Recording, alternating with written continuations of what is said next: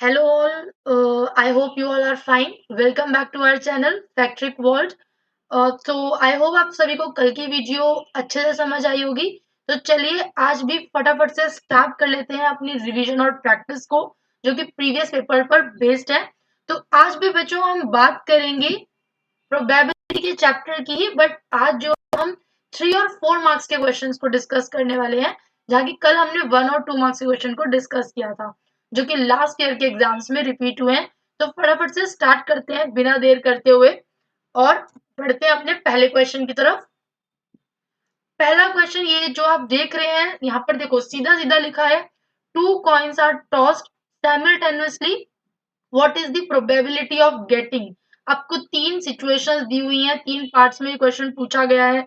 And the important thing again कि ये question जो है आपको पूछा गया है कौन से ईयर में, 2022 में 3 मार्क्स के लिए, 2022 में 3 मार्क्स के लिए गाइस ये क्वेश्चन आपसे पूछा गया है। तो सबसे पहला जो पार्ट है उसमें आपसे पूछा है at least one head, at most one tail and then a head and a tail. तो सबसे पहले हम क्या करेंगे, इस तरह के क्वेश्चंस के लिए एक चीज समझेंगे। यहाँ पर 2 कॉइन्स की बात करी गई है कि भाई कॉइन को जो है वो आपने टॉस किया है, आपको यहाँ पर क्या है, 2 कॉइन्स एक साथ टॉस किए गए हैं। तो हमारी सैंपल स्पेस क्या बनेगा, जब 2 कॉइन्स एक साथ टॉस किए जाते हैं तो सैंपल स्पेस आ सकता है, टेल टेल आ सकता है, दोनों में हेड हेड आ सकता है, हेड टेल आ सकता है और टेल हेड आ सकता है। तो यहाँ पर आपके टोटल आउटकम कितने बन गए, total outcome will be 4। Okay, so ये जो सैंपल स्पेस है इसके लिए हमने शॉर्ट वीडियोस बनाई हैं जो आपको हमारे चैनल पर मिल जाएंगी, जहां से आप आसानी से सैंपल स्पेसेस को बनाना सीख सकते हैं हर तरह के क्वेश्चन के लिए। तो जाकर फटाफट से शॉर्ट्स को भी जरूर देख लीजिएगा, आई होप आप लोगों को क्लियर हो जाएगा।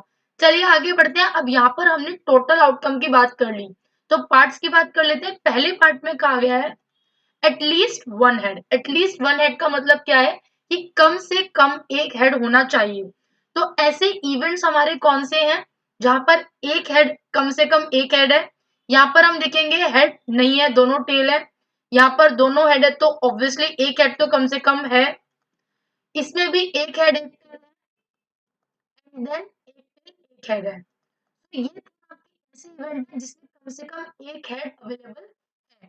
तो यहाँ पर आपकी प्रोबेबिलिटी, हम इस इवेंट को ई ले लेते हैं कि एटलीस्ट वन आने की प्रोबेबिलिटी क्या रहेगी आपकी, टोटल आउटकम्स अगेन जो हमारा कल का फॉर्मूला था 4, and here the favourable outcomes are, ये हमारे क्या है, फेवरेबल आउटकम्स है जो कि हमें रिक्वायर्ड है, कितने हैं 3।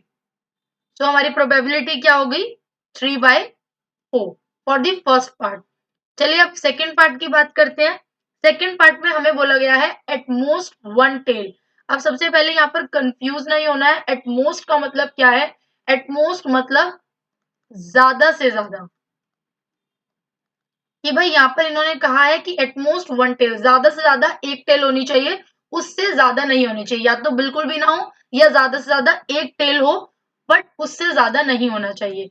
तो हम अपने टोटल सैंपल स्पेस में से देख लेंगे किस किस में ज्यादा से ज्यादा एक टेल है। यहाँ पर हम फर्स्ट में देखेंगे, यहाँ 2 टेल है तो इसको हम नहीं ले सकते, यहाँ पर एक भी टेल नहीं है तो इस इवेंट को हम काउंट कर सकते हैं।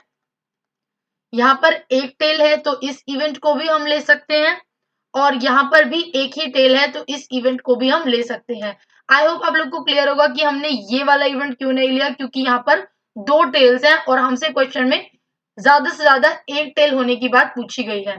तो प्रोबेबिलिटी क्या हो जाएगी इस इवेंट की, अगर हम बात करें तो अगेन टोटल आउटकम्स हमारे 4 ही रहेंगे, एंड पीछे हमने देखा जो हमारे फेवरेबल आउटकम थे वो 3 थे, तो इसकी भी प्रोबेबिलिटी आपकी कितनी रहेगी 3/4। नाउ थर्ड पार्ट की बात कर लेते हैं। थर्ड पार्ट में आपसे क्या पूछा गया है देख लेते हैं। थर्ड पार्ट में हमें कहा गया a head and a tail, एक हेड और एक टेल होना चाहिए। तो अभी हमने टोटल सैंपल स्पेस जो था हमारे पास वो था tail tail, head head, tail head और हेड टेल। ठीक है, तो यहाँ पर एक हेड और एक टेल होने के लिए इवेंट कौन कौन से हैं, इसमें 2 टेल्स हैं, इसमें 2 हेड है, तो हम इन दोनों को नहीं ले सकते। एक हेड एक टेल, एक हेड एक टेल। सो हम ये ले सकते हैं टेल हेड का कॉम्बिनेशन और हेड टेल का कॉम्बिनेशन। सो हमारे फेवरेबल आउटकम कितने हो गए इस क्वेश्चन में, इस पार्ट में 2, और टोटल आउटकम तो है ही हमारे पास 4। सो प्रोबेबिलिटी क्या हो जाएगी इस इवेंट की, total outcomes are 4 and favourable outcomes are 2, we can divide it. So our probability is 1/2। तो इस तरह के क्वेश्चंस आपको पूछे जा सकते हैं, जैसे कि हम कल भी डिस्कस कर चुके हैं कि पार्ट्स में आपसे क्वेश्चन पूछे जा सकते हैं। तो वही क्वेश्चन आपका 1 मार्क, 2 मार्क और 3 मार्क का भी बन सकता है। यहाँ पर 3 पार्ट्स है, तो 3 मार्क का ये क्वेश्चन आपका इन लोगों ने बना दिया है। तो इस तरह के क्वेश्चन के लिए आप प्रिपेयर रहिएगा, और कंसेप्ट बिल्कुल इसी तरह होता है जैसे कि हमने यहाँ पर डिस्कस किया है। तो चलिए बढ़ लेते हैं अगले क्वेश्चन की तरफ। जल्दी जल्दी अपने क्वेश्चंस को देख लेते हैं ताकि हमें प्रॉब्लम ना रहे। अच्छा, अब यहाँ पर आप लोग देखेंगे कि क्वेश्चन काफी बड़ा है, बिकॉज ये एक तरह का एप्लीकेशन बेस्ड क्वेश्चन है। आजकल जो मेथड है, जो कंसेप्ट है, वहां पर application based, situation based question ज्यादातर पूछे जाते हैं। ठीक है, तो इस क्वेश्चन को बहुत ध्यान से समझेंगे। कुछ मुश्किल नहीं है, देखने में टफ लग रहा है, बट ये बहुत ही इजी क्वेश्चन है दोस्तों। अगर आप बहुत ध्यान से सुन लेंगे एक बार तो आपको क्लियर हो जाएगा। तो यहाँ पर आपको बोला गया है read the following passage and answer the question given at the end. हमें एक पैसेज दिया है, इसे पढ़ना है, समझना है और नीचे दिए गए क्वेश्चन को आंसर करना है। ओके, सो पैसेज क्या है, दिवाली फेयर की यहाँ पर बात की गई है। ओके, एंड दिवाली फेयर में बोला है कि a game in booth at a Diwali fair involve a spinner first. एक गेम है दिवाली फेयर में, एक स्टॉल लगा है बेसिकली। उस गेम में जो स्पिनर फर्स्ट, मतलब स्पिनर जो है वो सबसे पहले इंक्लूड है। Then if spinner stop at even number, अगर स्पिनर स्टॉप होगा इवन नंबर पर, then the player is allowed to pick a marble from a bag. यहाँ पर सिचुएशन है कि अगर इवन नंबर पर रुका है तभी जो प्लेयर है वो मार्बल पिक कर सकता है बैग से, अदरवाइज नहीं। So the spinner and marbles are represented in the figure. ये दो फिगर्स आपको दी हुई है, this is a spinner and this is a bag. So prizes are given when a black marble is picked. Again situation के prices तभी दिए जाएंगे जब जो मार्बल पिक किया गया है वो क्या होगा, ब्लैक होगा।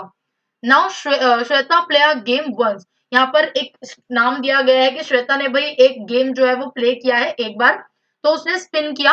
अब हमें दो क्वेश्चन पूछे हैं इसी बेस पर कि what is the probability that she will be allowed to pick a marble from the bag. क्या प्रोबेबिलिटी होगी कि भाई वो अलाउ उसको हो कि वो मार्बल निकाल सके, क्योंकि हमें क्वेश्चन में बोला गया है कि आप तभी मार्बल निकाल सकते हो जब आप इवन स्पिन पे रुकेगा, स्पिनर अगर इवन पे रुकेगा। तो हमें इस चीज की प्रोबेबिलिटी बतानी है। फर्स्ट पार्ट को पहले सॉल्व करते हैं। इंपॉर्टेंट पार्ट देखिए कि ये क्वेश्चन 2020 के एग्जाम में पूछा गया है, बोर्ड एग्जाम में। 4, 5 और 6 इनमें से किसी भी मार्क के लिए क्वेश्चन पूछा जा सकता है आगे।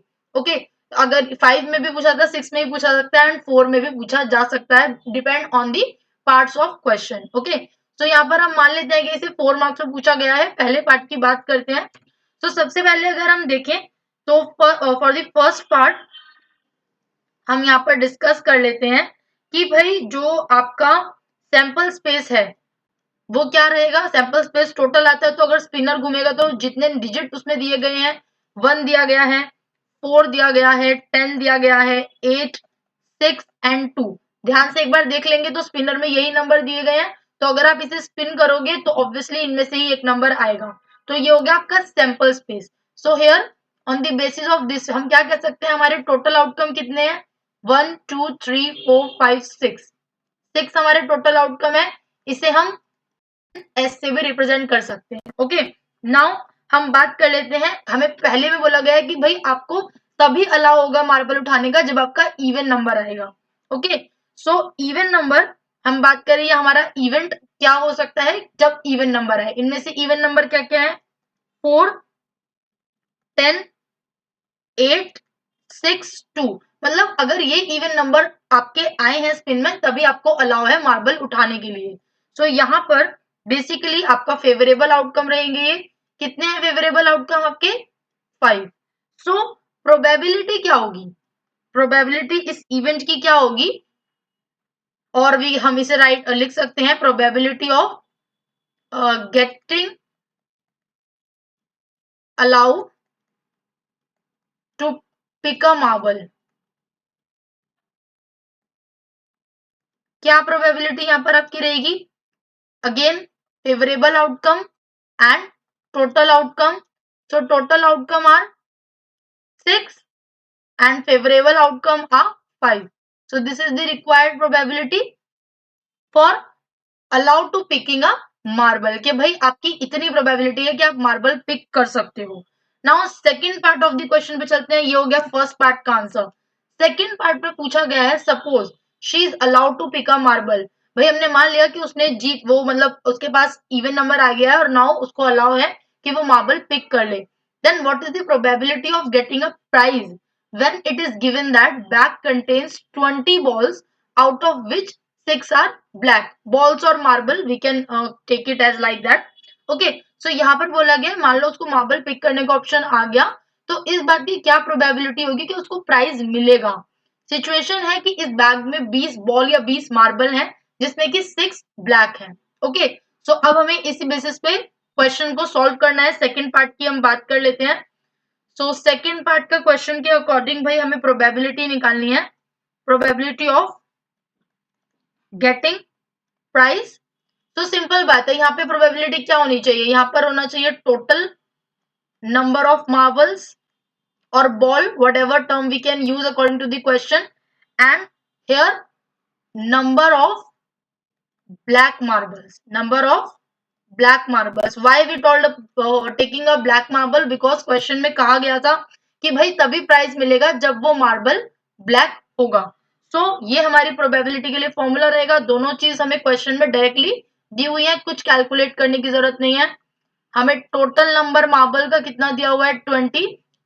इन्होंने टर्म बॉल यूज किया है, मार्बल हो बॉल हो आपको सेम टर्म यूज करनी है जो आपको पेपर में दी हुई हो. और नंबर ऑफ ब्लैक मार्बल और बॉल कितना है हमें दिया हुआ है 6. डायरेक्टली क्वेश्चन में इन्होंने सेकंड पार्ट में दिया हुआ है. तो प्रोबेबिलिटी क्या हो गई? Probability of getting price is 20 total and favorable is 6. We can divide it. So we got 3/10. तो ये हमारी प्रोबेबिलिटी है प्राइस मिलने की जो उसने प्ले किया है. सो इस तरह के situational question, application based question आपसे पूछे जा सकते हैं एग्जाम में. आपको वहां पर क्वेश्चन को ध्यान से समझना है. कुछ नहीं, बहुत डायरेक्ट चीजें होती हैं, बस क्वेश्चन को समझने की जरूरत है. एक बार आपको पेपर हिंदी इंग्लिश दोनों में दिया जाता है. क्वेश्चन को पढ़िए, आराम से समझिए एंड देन उसे सॉल्व करना स्टार्ट कीजिए क्योंकि प्रोबेबिलिटी के क्वेश्चन बहुत मार्क्स गेनिंग होते हैं और आप बहुत इजीली इसमें मार्क्स गेन कर सकते हो. बहुत ज्यादा कुछ फॉर्मूलाज वगैरह नहीं है, ठीक है ना. तो आप आसानी से अपने मार्क्स को सिक्योर कर सकते हैं. चलिए अगले क्वेश्चन की तरफ बढ़ लेते हैं. आई होप इस तरह का क्वेश्चन आपको क्लियर हो गया होगा. नेक्स्ट क्वेश्चन की अगर हम बात करते हैं तो यहाँ पर भी एक क्वेश्चन आपको दिया हुआ है which is not a direct के भाई डाइस थ्रो कर दिया है, कॉइन टॉस कर दिया है, इस तरह का डायरेक्ट क्वेश्चन नहीं है. देखते हैं कि क्या क्वेश्चन आपको दिया है. यहाँ बोला है कि अ जार कंटेन 18 मार्बल्स. एक जार है आपके पास, उसमें 18 मार्बल्स हैं. Some are red and some are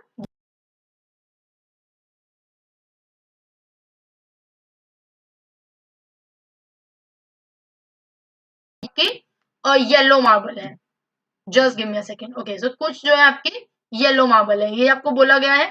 and if a marble drawn at a random from the jar, एक मार्बल रैंडमली निकाला जाता है जार में से, so the probability that it is a red is 2/3. ये एक डिफरेंट तरह का क्वेश्चन है. यहाँ पर आज हम वेराइटी ऑफ क्वेश्चन डिस्कस कर रहे हैं इसीलिए. तो भाई ऑलरेडी दिया हुआ है कि अगर हम एक मार्बल निकालते हैं तो रेड मार्बल आने की प्रोबेबिलिटी है 2/3 आपको दी हुई है. आपको फाइंड करना है number of yellow marbles in the jar, कि भाई कितने येलो मार्बल्स जार में है. और ये क्वेश्चन आपका 3 मार्क्स के लिए पूछा गया है 2020 में. ओके, सो बेसिकली अब यहाँ पर हमें येलो मार्बल्स का नंबर और काउंट फाइंड आउट करना है. तो चलिए कैसे करेंगे. ये बहुत इक्वेशन बेस्ड क्वेश्चन है, आसान है. पढ़ने में हमें लग रहा है बहुत ही ट्रिकी है बट बहुत इजी है. सब कुछ आपको क्वेश्चन में दिया हुआ है, सिर्फ आपको सिंप्लीफाई करनी है चीजें. तो कैसे? सबसे पहले हमें दिया है 18 मार्बल है जार में. मार्बल्स इन जार कितने हैं? 18. तो टोटली 18 है तो हमारे टोटल पॉसिबल आउटकम कितना भी होगा, हमारा पॉसिबल आउटकम कितना रहेगा? 18 रहेगा, क्योंकि मैक्सिमम 18 मार्बल्स ही अवेलेबल है दोनों को मिलाकर जार में। यहाँ पर अब हमें येलो मार्बल पूछा गया है, तो जो पूछा गया और हमें नहीं दिया हुआ, so as we solve our equations, so let assume like yellow marbles are x। हमने क्या मान लिया, x मान लिया येलो मार्बल्स को। Okay, so in this situation red marbles कितने हो जाएंगे, टोटल में से अगर हम येलो वाले माइनस कर देंगे तो हमें रेड मार्बल्स मिल जाएंगे, दैट मीन्स 18 माइनस एक्स। यहाँ क्वेश्चन में हमें ऑलरेडी रेड मार्बल की प्रोबेबिलिटी दी हुई है। सो अगर हम प्रोबेबिलिटी की बात कर लें किसकी, रेड मार्बल की, तो क्या प्रोबेबिलिटी होनी चाहिए, possible outcome and total outcome. So total is 18 and possible outcome हमारे पास कितने हैं, दैट मीन्स हमारे फेवरेबल आउटकम कितना हो सकता है, रेड कितने 18 माइनस एक्स है और टोटल 18 है, but this thing already given to us that this is equal to 2/3। ये हमें ऑलरेडी दिया हुआ है, इसकी प्रोबेबिलिटी 2/3। अब हमें कुछ नहीं करना, सिंप्लीफाई कर लेना है, इस इक्वेशन को सॉल्व कर लेना है, तो हमें आराम से अपने येलो मार्बल का नंबर मिल जाएगा। देखिए आपको कुछ नहीं किया, सब कुछ क्वेश्चन में हमें ऑलरेडी दिया हुआ था। यहाँ पर ये हमारी इक्वेशन बन गई है, 18 minus X divide by 18 is equals to 2/3। Simply हम क्रॉस मल्टीप्लाई कर देंगे, तो 3 18 minus X is equals to 18 multiply by 2 36। तो यहाँ पे हमें मिलेगा 54 minus 3x is equals to 36 minus 3x is equals to 36 minus 54। कितना मिल जाएगा हमें अगर हम इसे माइनस करेंगे तो minus 3x is equals to minus 18, minus minus cancel, so the value of x will be 6। तो यहाँ पर हमें x की वैल्यू मिल गई, विच मीन्स हमारे येलो मार्बल्स की वैल्यू हमने निकाल ली जो हमसे क्वेश्चन में पूछा गया था, दैट इज 6। सो इस तरह के क्वेश्चन भी आपसे पूछे जा सकते हैं एग्जाम में, तो बहुत ही ध्यान से, वही है कि practice makes a man perfect, आपको प्रैक्टिस की करनी पड़ेगी। यहाँ पर मैं आपको क्लास में क्या करा रही हूँ कि वेराइटी ऑफ क्वेश्चन हम कर रहे हैं, कि अलग अलग तरह के क्वेश्चन, आपको एक आइडिया हो जाए कि किस तरह के क्वेश्चन पूछे जा सकते हैं और जो ऑलरेडी एग्जाम्स में पूछे गए हैं, ठीक है ना। तो इसी तरह के क्वेश्चंस पूछे जाएंगे, आपको कंसेप्ट यही रहेंगे, सिर्फ चीजें इधर उधर करके डिजिट्स घुमाकर आपसे पूछा जा सकता है। तो बहुत ध्यान से आप इन क्वेश्चंस को अगर समझ लेंगे तो आप अपने काफी मार्क्स को सिक्योर कर पाएंगे एग्जाम के लिए। ओके, सो नेक्स्ट क्वेश्चन की बात कर लेते हैं। Next question, now it is totally a different question, क्योंकि ये question is related to a card. अभी तक हमने कार्ड का क्वेश्चन नहीं किया है, तो कार्ड का क्वेश्चन एग्जाम में पूछा जाता है, बहुत मतलब चांसेस हाई होते हैं कि पूछा जाए, तो इसे भी हम डिस्कस कर लेते हैं। क्या क्वेश्चन है, अ card is drawn at random from a pack of 52 playing cards. आपके पास 52 प्लेइंग कार्ड्स हैं, उसमें से एक कार्ड रैंडम निकाला गया है, ठीक है। तो आपको प्रोबेबिलिटी फाइंड आउट करनी है दैट की जो वो कार्ड आपने निकाला है which is neither a spade nor a king. जो कार्ड आपने ड्रॉ किया है वो ना तो स्पेड का होना चाहिए और ना ही किंग का होना चाहिए। तो यहाँ भी आपका जो कार्ड का पूरा क्लासिफिकेशन है, जिससे आप कोई भी कार्ड का क्वेश्चन आसानी से सॉल्व कर सकते हो, पूरा क्लासिफिकेशन आपको शॉर्ट्स में मिल जाएगा। आप जाकर देखिए एक बार शॉर्ट्स, आपको पूरी, मतलब एक होता है ना कि आसानी से आप कोई भी कार्ड का क्वेश्चन सॉल्व कर पाएंगे अगर आप उस क्लासिफिकेशन को समझ लेंगे। तो जाकर उस शॉर्ट को देखिए ताकि आपको बिल्कुल क्लियर हो जाए और कार्ड का कोई भी क्वेश्चन आप आसानी से सॉल्व कर सको, आपको हमारे चैनल के शॉर्ट्स में मिल जाएगा। नाउ दिस क्वेश्चन आपको पूछा गया है 2019 में 3 मार्क्स के लिए। तो चलिए स्टार्ट कर लेते हैं। सबसे पहले हम बात कर लेते हैं अपने टोटल कार्ड्स की। टोटल कार्ड्स कितने हैं, ऑलरेडी हमें बोला हुआ है 52। तो यही हमारे टोटल आउटकम रहेगा, पहली बात, इससे ज्यादा नहीं हो सकता। नाउ अब हम बात कर लेते हैं, जो क्लासिफिकेशन की मैं बात कर रही हूँ, यहाँ पर हम अकॉर्डिंग टू क्वेश्चन करते हैं। अगर आपको डिटेल समझना है तो आप एक बार जाके शॉर्ट्स में चेक कर लीजिए, पूरा क्लासिफिकेशन आपको मिल जाएगा। तो यहाँ पर सबसे पहले क्या है कि हमें बात करनी है टोटल स्पेड कार्ड कितने होते हैं। टोटल स्पेड के जो कार्ड्स हैं वो रहते हैं 13, क्योंकि आपके 13 स्पेड, 13 एस और 13 एस और 13 अलग अलग तरह की 4 डिवीजन होती हैं, तो स्पेड के कार्ड्स भी 13 रहते हैं। नाउ एक चीज और बात की गई है king. So total number of king cards, total number of king कितने होते हैं? 4, बिकॉज आपके पास हर तरह के कार्ड में एक एक किंग अवेलेबल रहता है चारों कैटेगरीज में, तो टोटल 4 किंग हो गए। नाउ अब हमें बताना है कि total number of spade and king, हमें अपना टोटल चाहिए that for the favorable outcome. So total number of spade and king कितना होगा? 13 कार्ड प्लस 14 और 13 प्लस 4 कार्ड किंग के। नाउ यहां पर समझने वाली बात है कि हम यहां से माइनस करेंगे एक कार्ड।